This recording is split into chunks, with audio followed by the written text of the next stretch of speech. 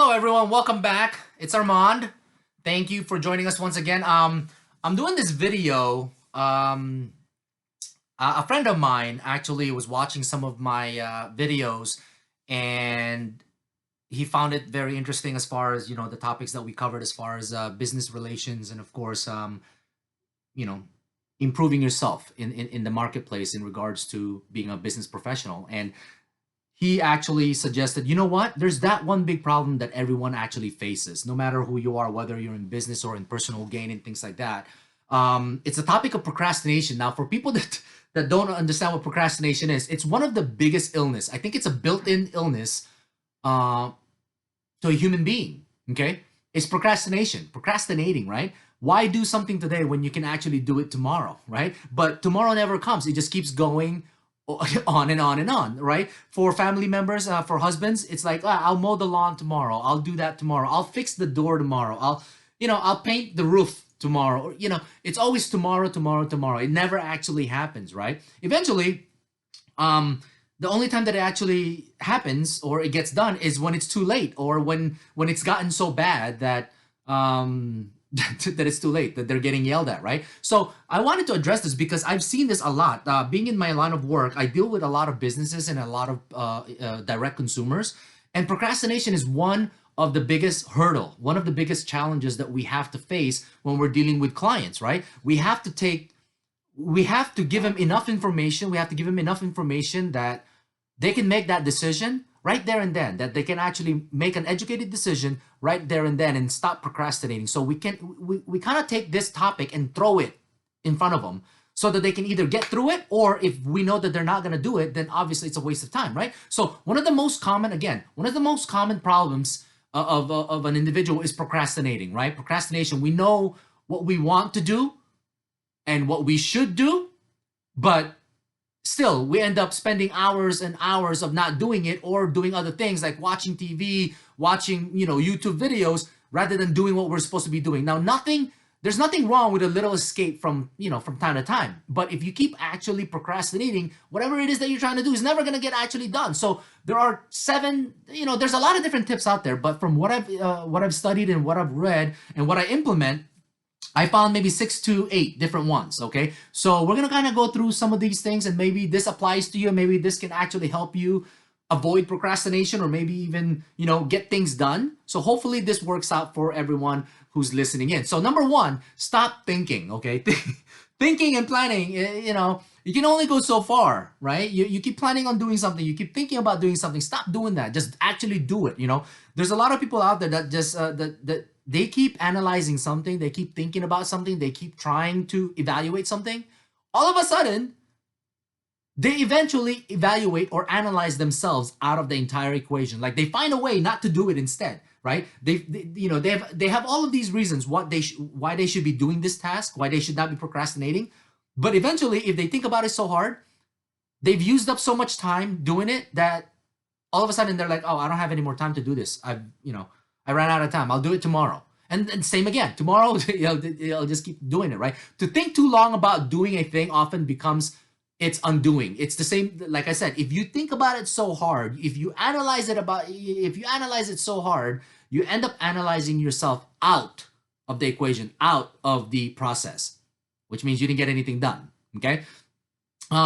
You think and think, basically come up with a perfect plan, but obviously the plan is flawed because you ran out of time to do it. It's the same process. You just keep thinking and thinking. It doesn't work. Okay. Now, second, don't blow a task out of proportion. Okay, you guys. Some people, and it's amazing, right? A lot of these tasks are simple enough, but they think about it so hard that they all of a sudden completely blow the entire equation out of proportion. Okay. If you want to make an easy job seem mighty hard, keep putting it off, yeah, right? Keep postponing it, and it is going to be hard, okay? If you want a simple job or a simple task to look hard or to seem hard, trust me, put it off a couple of times.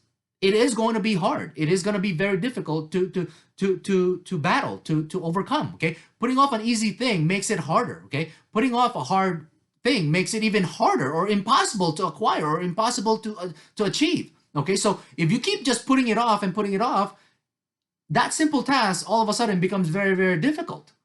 Okay, and it would never get accomplished. Okay, unfortunately, that's just the way that it works. Okay, it's because you're dwelling on it. It's because you're dwelling and thinking about it so much that, and all of a sudden it expands in your mind, and all of a sudden it seems that it's so difficult to accomplish. It's, since you've been putting it off for so long, why not another day? Why not another week? Why not another year, right? So it just becomes so large to the point where, you know what? It's not worth doing. It's not worth doing. I'm not going to do it. So you don't blow it out of proportion is what we're saying, guys. Okay, it's not that difficult. All right.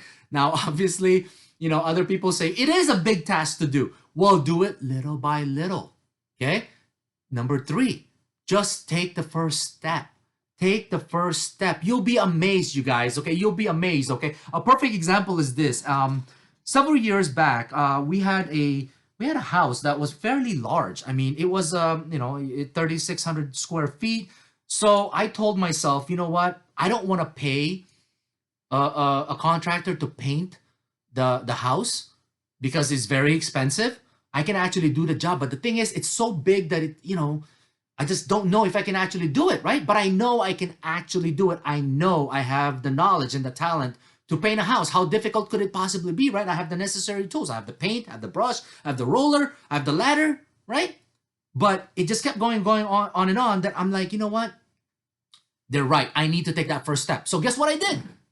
The first step was, number 1, is finding a good day to do it, because obviously if it's raining, you're not going to want to do this outside, right? So there's a perfect day, right? That's the first step. I finally found it, right? All of a sudden, I find myself, you know what? Let me just take a section of the house, a small portion of this house on a Saturday. I'm going to do this on this Saturday. It's going to be a good day. Let me take just one side of the house and put some paint on it, right? Well, I started doing that. I started rolling and rolling and rolling. And I noticed that within, an hour and a half, I was done with one side of the wall. And I'm thinking, well, I'm already here. Can I actually do the other side? Let me try to get the other side done. Let me try to get that one side done as well, right? So an hour and a half rolls by, and I got the other side done. So the house only has 4 sides, right? And I got 2 out of 4 done already, and it's still fairly early. I started at 7:30, 8 o'clock in the morning, and it's only been 3 hours later. It's not even noon. It's not even lunchtime yet. So I'm thinking, you know what? Those are the 2 easy sides. The sides of the house, right? The hardest ones are the front and the back, just because that's the most surface, right? So I'm thinking, you know what? Let me try the back. Let me try the back of this. And since I can't finish, I might not be able to finish it. So at least if I do it halfway, it's in the back. No one really sees it, right? Instead of being in the front, right? So I did the back. I started doing the back. And an hour and a half later, I see that I'm 3/4 done. I'm 3/4 done. And I'm thinking to myself, do I just leave this here now because I've been doing this for the last 4.5 hours? Or do I want to put in the next 30, 45 minutes and just finish this last quarter section of the back side of the house? And I did, right? So now here's the situation. I started out just taking the first step, and all of a sudden I got 3 out of the 4 sides done, and it only requires me to do the front side. I'll tell you what though, the following day on a Sunday, and it's still a nice sunny day, I took the first 2 hours of that day and just finished it off. And guess what I did? All in all, I saved over $900 doing that, because if I paid a crew to do it, it would have cost me that, right? But because I had the knowledge and I had the talent and I had the time and I bought the materials and the paint, I was able to save $900. So needless to say, after the house was painted, $900 could be spent on other things that maybe we needed or maybe not needed, but at least we know that it would have been money that we would have spent on the contractor to begin with. So what we're saying is just take the necessary step. If you take that first step, I guarantee you, it just snowballs, right? All of a sudden, this large task that you're talking about seems so much smaller because you're biting on it little by little. It's just like the comment that they always say: don't eat an elephant in one sitting. Eat it little by little, and eventually nothing will be left. If you try to eat an elephant in one sitting, of course, it's not going to work. I mean, unless you're a dinosaur, whatever the case may be, it's not going to work, okay? So do it little by little, okay? You don't have to see the whole staircase, is what they're saying. This is from Martin Luther King Jr., okay? You don't have to see the whole staircase, folks. Just take the first step. Because once you see the first step, you'll take another step. You'll take another step, and all of a sudden you're on top of the staircase, and it's all there. That's what they're saying. Okay. Now, number 4, always start with the hardest job. Now, obviously, with the example of the house, I started with the easier job, the 2 sides, because they're smaller surface, right? Easier to tackle. Okay. But typically, yes, in procrastination, what you want to do is the hardest task. Get that out of the way so everything else seems easy. If you can't see the end of light, if you can't see the end of the tunnel, you can't see the light out of, at the end of the tunnel, start with the hardest task so that you can work your way, your way back. Okay. It's a lot easier. Maybe you have an important call to make, or important task to make at work. Do the hardest task first, get those out of the way so everything else will seem easy, instead of doing the easy one and then dreading on doing the last hard part, and you may even run out of time, just because there's only so many hours in the day at work, right? So do the hardest task first, get it out of the way so that everything else may seem easy. Number 5, just make a decision. I know, right? This was on my notes. I'm like, make a decision. At this point, any decision, okay? Keep in mind that procrastinating, you aren't making any decision, guys and gals, okay? Procrastination prevents you from making a decision. Procrastination continues to give you an idea that doesn't exist, okay? Continues to cloud the thought that you could even get this done somehow, right? So when you procrastinate enough, people will actually tell you, come on, you got to stop doing this. Stop thinking, just do something, do anything. Decide any decision, okay? Simple as that. Is just make a decision, any decision. I don't care, but at least stop wasting time. Procrastination is a waste of time, guys. It is. And if you're like me, time is something that you don't want to waste. Time is limited, number 1. Time you can never get back, okay? The amount of time that I spent procrastinating on this particular project or particular task, I can never get that time back. You can't. No amount of money has ever bought any fraction of time. Okay, and you get that a lot from a lot of time management people. Is time is valuable. So stop procrastinating, do something, or make a decision, any decision. At least you made something. At least you made progress. Now, the question is, did you make forward momentum progress, or did you make a backward progress? It almost doesn't matter at that point, because procrastination doesn't get you anywhere. At least you moved. At least you went from spot A to possibly spot B or spot C or negative A or B, right? At least you made a movement. You made a conscious decision to do something about it, okay? We feel bad at times, we feel bad when we sit on our hands and don't take action, because it's unnatural, The natural thing to do is to be a decisive human person and to take action. That's typically what we are trying to do, is just go and get it done. But all of a sudden, we allow procrastination to get in the way. Why? I have no idea. Okay, it's just a human problem, human nature. Okay, number 6, face your fear. Okay, procrastination is the fear of success. You guys, think about this. I know that's an oxymoron. It's the fear of success. Now, who in the world is afraid of success? Exactly. Procrastination is the fear of success. Continue to be procrastinating of something, continuing to procrastinate about a task. You're almost saying to yourself, I'm afraid to actually succeed. Why? Why are you afraid to succeed?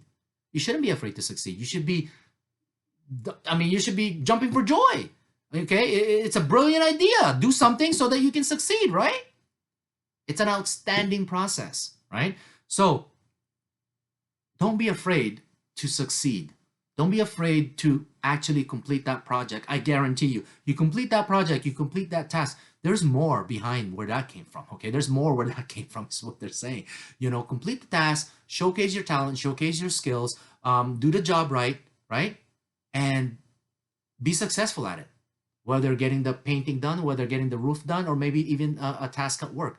Just don't be afraid of success, okay? It's nothing to be afraid of, okay? And last but not least, number 7, when you start something, finish it, okay? Nothing is worse than starting a task, okay? Getting through your procrastination stage, finally taking the first step, right? And not finishing it. Now that is unfortunate. That's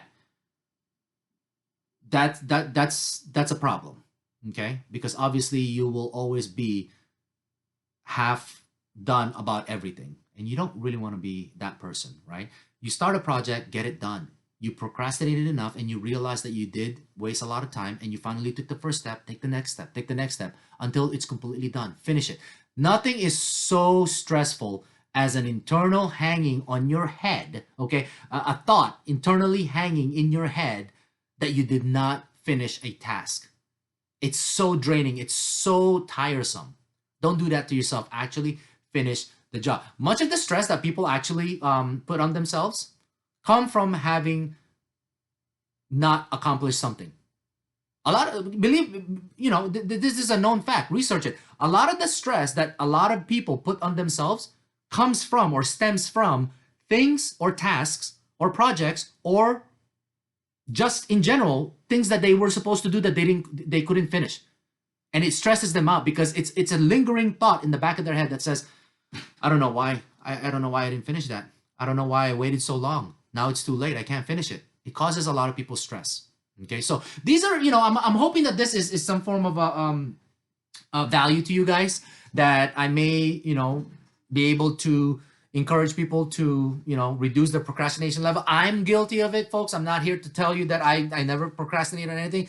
I'm probably one of the large one of the largest procrastinator that I know. Okay, it's just because I know certain things that I need to get done by a certain time, and I think my process of procrastination is really not procrastination. I think it's more of gauging what's most important. So I try to tackle the biggest task first that kind of really gets in my way, so that I can get that out of the way and continue to do the next one, the next one, the next one. So clearly, yes, for the task that's on the bottom of the list, it's kind of like procrastination just because I'm doing things before it, but it's because I have a method, a plan. I have I have a guided plan as far as what I need to do in order to get this one done, to get the next task done, to get the next task done. Whether it's at work, whether it's in an office, or whether it's meeting in front of a client, as far as projections and things like that, or at home.